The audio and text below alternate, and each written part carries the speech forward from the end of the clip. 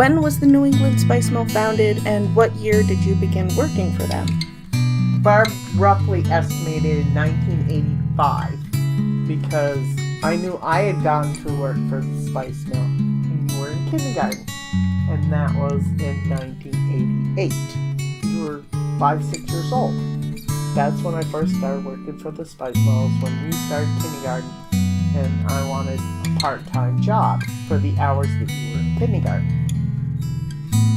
Who were the original owners of the New England Spice Mill? So the original owners of the New England Spice Mill were Kevin Harper, Joyce DeCiana, Ray Hathaway, and Barb Davis. Why was the New England Spice Mill founded? Kevin Harper, who was the owner of Autumn Harp, went to Ray or Barb, and he wanted to carry medicinal herbs, the dry ones, because he only dealt with like wet stuff because he did lip balm and stuff like that. And Barb knew about medicinals. Soon after the New England Spice Mill was founded, Marietta joined the team, correct? That was when the girls were little and she was single and she needed a job, so they hired Maggie and they had her as production manager. What could you buy at the New England Spice Mill?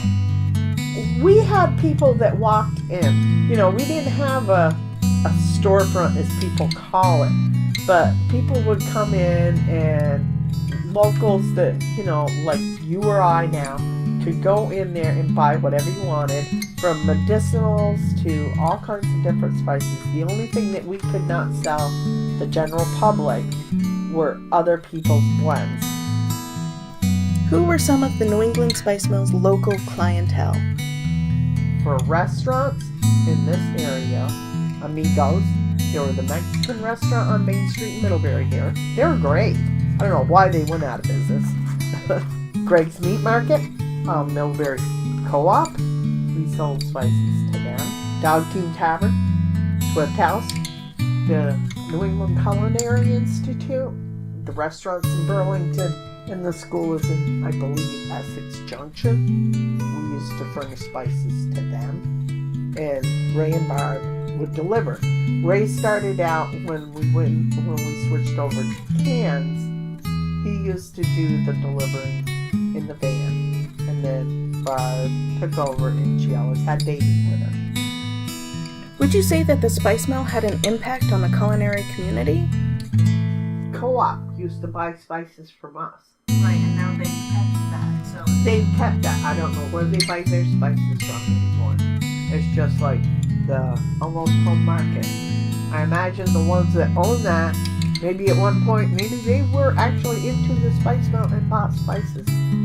So there was a definite impact on the community. Oh, you'd say. most definitely. You know, I'm quite sure a lot of the spices that we had, you know, people were like, what is that? What is it used for? You know, they'd never heard about it before. And now, everybody's a culinary. Well, they try to be. They try to be. Was the New England Spice Mill a good place to work? Ray and Barb were great about things like that. I could say Barb was, because Ray was mostly upstairs if he was there, you know, because he was really involved with special ed community care. But, you know, Maggie had her girls in there, I had you girls in there, and I can say one thing for New England Spice Mill. Ray and Barb really cared about their employees, and they understood if you couldn't come in because your kid was sick. They didn't say, oh, you miss another day, you're fired, or whatever. They weren't like that. You know, if you had to leave in the middle of the day because your kid was sick at school, you know, they always knew that you would try to make it up the time, or, you know, it was like, that's the way it was. And I think all companies should be that way. And it's like, you get so much more out of your employees when you're like that. Not what you can screw your employees out of. That's pretty much what businesses are now. It's like, we can replace you just like that. We don't care. It sounded like the New England Spice Mill was a great place to work, and you had two wonderful bosses in Ray and Barb. What are some of the celebrations the team would have while you worked there? Oh, the Christmas parties that we used to have.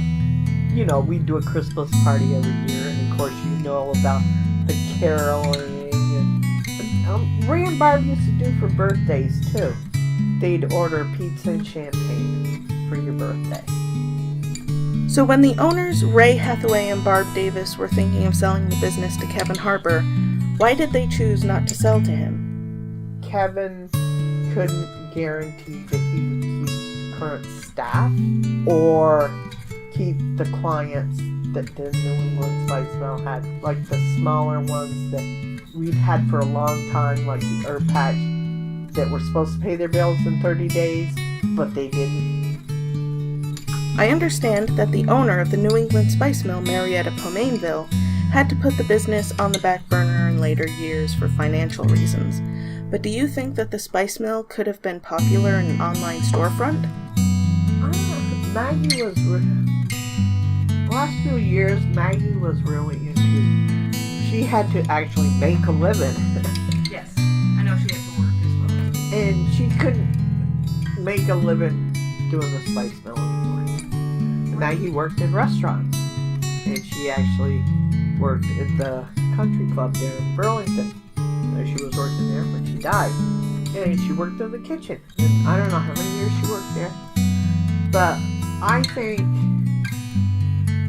the Spice Mill could have gone to selling online, Amazon or Etsy or something. How long did Maggie run the New England Spice Mill? I don't know when she stopped running it. So from 1997 to 2017 when she died, as far as we know. As far as I know.